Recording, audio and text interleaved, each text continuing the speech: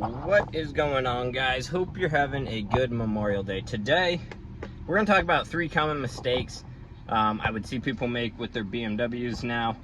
If you don't know, I spent about 10 years in a dealership. Whether that's good, bad, or ugly, doesn't matter. We learned some things, right? So, first common mistake. Now, this one's unfortunate. It's too bright and I can't actually show you it in action. But when you have your lights on automatic setting and they come on automatically, right? So I'll show you over here. This is off, that's automatic. So when your lights come on automatically and they turn on, and you go and you turn your steering wheel, say to the left or the right, it is going to turn on that fog light, right? So if I'm turning left and my wheel starts turning left, that fog light will turn on.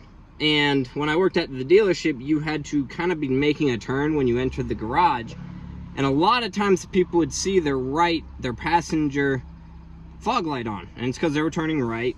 You know, and they come in, they're like, hey, I think my driver's side fog bulb is out. Could you throw it in? I'm like, this is a pretty new car. It shouldn't be out yet. Let's take a look.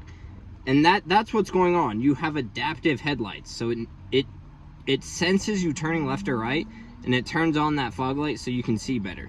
Now the other way you can activate that is by just turning on your turn signal. Now, if you know, BMW owners, we're not known for using our turn signals.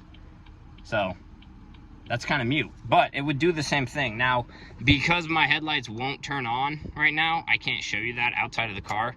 I tried it by turning them on manually, but it only works in automatic, okay? So keep them in automatic. So that's the first mistake.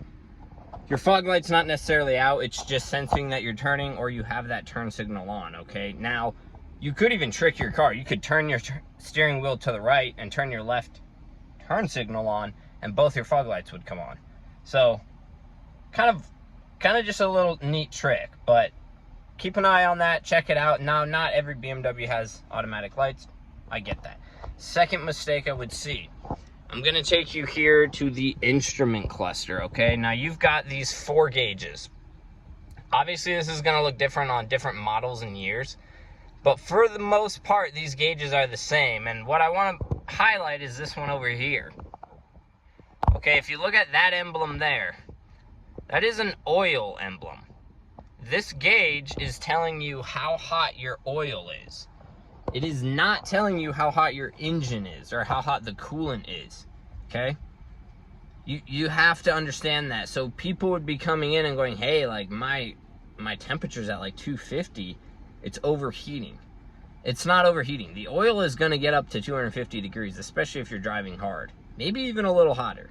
Okay, the car will tell you, hey, risk of scalding, the engine's getting hot. Now, if that happens, I would advise, and so would the technicians I worked with, you pull over immediately.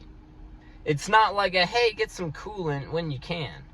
Pull that car over immediately. The problem is because you don't have a gauge up here to actually know how hot it is. So it's one of the things I don't love about BMW, and it's something I want to find at like an aftermarket gauge. Because all my other cars, my truck, my Honda, they all show you coolant temperature or engine temperature. So if you're overheating, you know. This car, you don't know. You're relying on a system in the iDrive to flag you and tell you, hey, risk of scalding, pull over.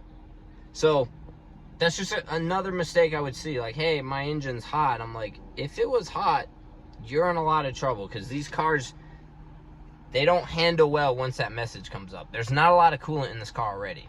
So if it's low, I'm in trouble. I need to stop, pull over immediately. The engine is already probably hot, so getting it any hotter it's gonna ruin your rod bearing. Something's gonna go wrong. So understand that. That's what that gauge is. It's your oil. And let your oil warm up before you start putting your car in sport mode, okay? Like right now, it's barely even warm. Barely off the bottom. I would wait till it's at least 200 degrees before I start driving in sport mode and going a little harder on the car, okay? Third thing is programming your garage door to your mirror in the car, okay? You have 3 buttons here, and you can program your garage door to this. Now, half of my job time spent not at BMW, but as a product specialist, was dealing with this. People didn't know how to do it. Now, the problem is everyone was making different mistakes, so I can't even like begin to explain the mistakes, but I'll take you through how to do it properly. So first you want to find button 1 and 3. Right? What's going on? Right here, 1 and 3. Now, when you press one button, you'll see this orange light. Hopefully you see that. Okay? Sorry, I'm trying to see if you can even see that on the camera. Gotta switch hands. Alright. Can you see the light? Me neither. There it is. Okay, so flashing yellow. That tells you it's cleared. If it was flashing fast, it would not be clear. So what you want to do is hold the 1 and the 3. And it's going to reprogram your mirror, so it's going to reset all the buttons back to factory, essentially. See how the light went away? And now it'll come back in just a second. There it is. That's letting me know it's reprogrammed. Okay, so that's step 1. If you don't have any garage doors successfully paired, that's what you want to do. Then what you want to do is grab your garage door fob, right? So I don't have one in here, but most people have it like a remote fob they use on their mirror. So take that, press the button you want to use for the garage door you want to use, and press and hold both here. And you'll see this light come on. Now, if you're holding a garage fob button as well, this will start flashing really fast, and that means you paired it. Now that's only step 1, right? And I think a lot of people get that far, and then everything falls apart from there. From there, you need to get a step stool, go into your garage, have the car right outside the garage. On the motor that pulls the garage door up, there's a button on it that will say Learn Reset Code. You need to press that, and then you need to come into your BMW, and you need to press and hold that same button again. And it's going to start flashing fast again, and then at that point you can open and close the garage door. Now, something you need to know about this: your engine must be running. You can't just have the electronics on. The engine must be running, and the reason so is someone broke in your car, they would have to start it to get in your house or out. So make sure the engine's running, and that's about it. So we're going on 8 minutes.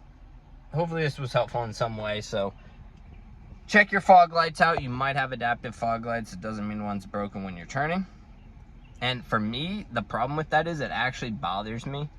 Like when I have my turn signal on at a light, I don't like that one fog light comes on. So I'll turn both my fog lights on. And again, that's only when the lights are on automatically. So like, it's definitely not bright outside, but it's still, I still don't necessarily need it all the time. In the neighborhoods, yeah, it's nice when there's not a lot of traffic lights. But other than that, I don't really, it's kind of weird. I don't know why. I don't like looking at my car's reflection and seeing one Cyclops fog light on. All right, have a good one. Enjoy your Memorial Day weekend.